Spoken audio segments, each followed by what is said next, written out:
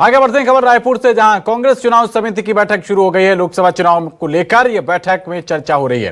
प्रदेश प्रभारी सचिन पायलट नेताओं से चर्चा कर रहे हैं। लोकसभा चुनाव की कार्ययोजना पर नेताओं के साथ मंथन कर रहे हैं सचिन पायलट।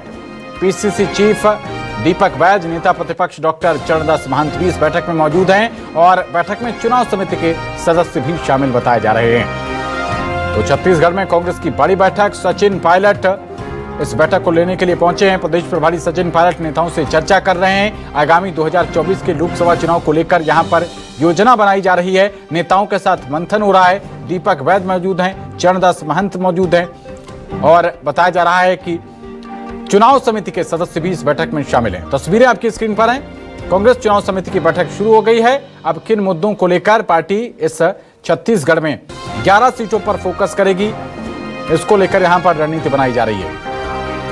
कौन स्टार प्रचारक रहेगा, किसके हाथ में कमान रहेगी, इन सब बातों को लेकर यहां पर मंथन किया जा रहा है। खबर पर ज्यादा जानकारी के साथ हमारे संवाददाता वैभव शिव पांडे जुड़ रहे हैं। वैभव, कांग्रेस की बेहद ही महत्वपूर्ण बैठक इस वक्त चल रही है, क्या जानकारी निकलकर सामने आ रही है आपके सूत्रों से?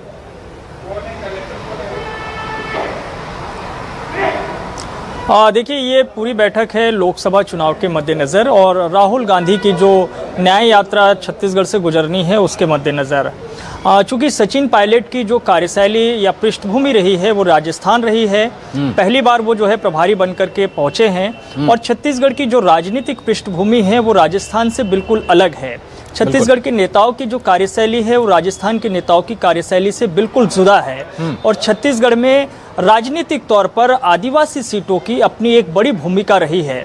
वैसे में उन इलाकों में कांग्रेस को पहुंचना है जहां पे 2023 के विधानसभा चुनाव में खासा नुकसान उठाना पड़ा है। ऐसे में सचिन पायलट इन तमाम विषयों को बहुत गहराई से समझने की कोशिश कर रहे होंगे। जिन नेताओं के साथ इस वक्त सचिन पायलट बैठक कर रहे हैं वो नेता छत्तीसगढ़ के बहुत दिग्गज नेता रहे हैं। कई मर्तबा वो चुनाव जीतते रहे हैं, लेकिन इस बार उन्हें हार का सामना 2023 के विधानसभा चुनाव में करना पड़ा है। ऐसे में उन हार के कारणों को भी समझने की कोशिश लोकसभा वार सचिन पायलट कर रहे होंगे। राजनीतिक, भौगोलिक, सांस्कृतिक पृष्ठभूमि को भी समझने की कोशिश सचिन पायलट तमाम नेताओं के साथ कर रहे होंगे। उसके आधार पर जो है सचिन पायलट अपनी रणनीति को बना करके चलेंगे। सचिन पायलट को अभी सभी लोकसभा क्षेत्रों का दौरा भी करना है, तो उस दौरे का खाका भी एक तरीके से तैयार आज की इस बैठक में किया जा रहा होगा। चूंकि लोकसभा की सीटों में कांग्रेस को छत्तीसगढ़ राज्य बनने के बाद से कभी कोई बढ़त हासिल नहीं हुई है। हमेशा बीजेपी यहाँ पे आगे रही है, कभी 9 सीटों पर, कभी 10, कभी जो है 8 सीटों पर बीजेपी को जीत मिलती रही है। ऐसे में इस बार कोशिश कांग्रेस पार्टी की ये है कि उन्हें 2019 में जो 2 सीटें मिली थी वो 2 सीटें तो उनके पास रहे, साथ ही कुछ और सीटों की बढ़ोतरी हो। तो सचिन पायलट इसी रणनीति पर काम करेंगे, क्योंकि सचिन पायलट युवा हैं, आक्रामक हैं, लोकप्रिय हैं, तो उसे भुनाने की कोशिश शायद राष्ट्रीय नेता कर रहे हैं और यही वजह है कि उन्हें बड़ी जिम्मेदारी के साथ छत्तीसगढ़ भेजा गया है, जहां पे अभी सब कुछ बिखरा बिखरा नजर आ रहा है और उसे समेटना भी होगा, नेताओं को एकजुट भी करना होगा और उन्हें 23 के हार से उभारना भी होगा, जिससे कि 24 के लोकसभा में दावेदारी मजबूत रहे। सचिन पायलट के सामने रहने वाली है वैभव। और आमतौर पर जब किसी प्रदेश का प्रभार दिया जाता है तो दूसरे प्रदेश के नेता को ही सौंपा जाता है, जिससे कि उस प्रदेश के नेताओं में अगर कहीं पर कोई अंतर विरोध हो तो एक थर्ड पर्सन आकर एक कॉमन बात कहे और जिस पर सहमति बनाई जा सके। ये बड़ी चुनौती है सचिन पायलट के कंधों पर। इससे पहले कुमारी शैलजा ने कोशिश की थी, लेकिन वो फ्लॉप रही हैं।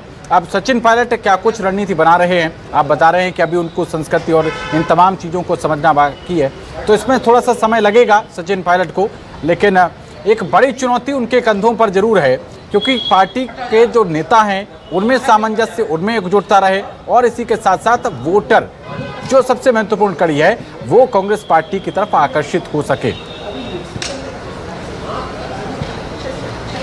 बिल्कुल आप सही कह रहे हैं, क्योंकि आप देखिए 2023 विधानसभा चुनाव से पहले जब कुमारी शैलजा यहाँ पर आई थी, कुमारी शैलजा के आने के साथ ही कांग्रेस पार्टी में अलग अलग गुट नजर आने लग गए थे और जो एक सामूहिकता जो दिखनी चाहिए थी चुनाव के दौरान वो नहीं दिखी। यही वजह है कि जब चुनाव में हार का सामना कांग्रेस पार्टी को यहाँ पे करना पड़ा तो कुमारी शैलजा पर एक के बाद एक तमाम नेता जो है खुलकर बोलने लग गए। अब जिम्मेदारी और चुनौती इसी बात को लेकर सचिन पायलट के समक्ष है कि वो तमाम बड़े नेताओं को भी आपस में एकजुट रखे और उन कार्यकर्ताओं को भी जिनकी भूमिका होती है कि वो वोटरों को जो है मतदान केंद्रों तक लेकर आए। वो 23 के चुनाव में कम से कम इस बार नहीं दिखा, तो इसलिए जिम्मेदारी सचिन पायलट की इस रूप में भी होगी कि वो बूथ लेवल से लेकर के वरिष्ठ नेता तक की जो है अपनी भूमिका को एक समन्वयक के तौर पर भी निभा सके, जिससे कि कार्यकर्ता भी संतुष्ट हो सके और बड़े नेता भी। तो सचिन पायलट इसी जिम्मेदारी के साथ छत्तीसगढ़ में आए हैं और उनकी इस जिम्मेदारी को, उनकी इस लड़ाई को ये 2024 का चुनाव भी दिखाएगा कि उन्होंने किस जिम्मेदारी के साथ, किन चुनौतियों के साथ इस छत्तीसगढ़ के भीतर में बतौर प्रभारी के तौर पर उन्होंने काम किया है। शायद इसे समझने की कोशिश भी वो कर रहे हैं। और कल जब वो पहले दौरे पर आए, मैं देख रहा था कि एयरपोर्ट पर जैसे ही उनका स्वागत हुआ, अंदर भी तमाम वरिष्ठ नेता भी मौजूद थे, कार्यकर्ता भी थे, सबके साथ बहुत शालीनता के साथ एक एक कार्यकर्ता और नेता से मिल रहे थे। और एयरपोर्ट से लेकर राजीव भवन के रास्ते तक जो कार्यकर्ता मौजूद थे, कभी उनमें वो चिड़चिड़ाहट या हड़बड़ाहट नहीं दिखी। वो सबके साथ, एक एक कार्यकर्ता के साथ जो है मिलते हुए आए। यही वजह है कि उनको आने में यहाँ तकरीबन 2.5 घंटे का वक्त लगा। तो सचिन पायलट की पहली जिम्मेदारी तो यही है कि वो हर एक कार्यकर्ता को सुने। जब वो अनसुना करने की कोशिश करेंगे तो बात बिगड़ेगी, लेकिन जब वो सुनने की कोशिश करेंगे तो कांग्रेस मजबूत होगी और पायलट यही चाहते भी होंगे। इसको लेकर बयानबाजी भी हुई है सचिन पायलट के बाद। उन्होंने कहा कि भले ही गाड़ी तो वही है, पायलट बदलने से क्या होगा। बीजेपी की तरफ से यह कहकर पलटवार भी किया गया है। और फिलहाल बहुत शुक्रिया वैभव आपका इस अहम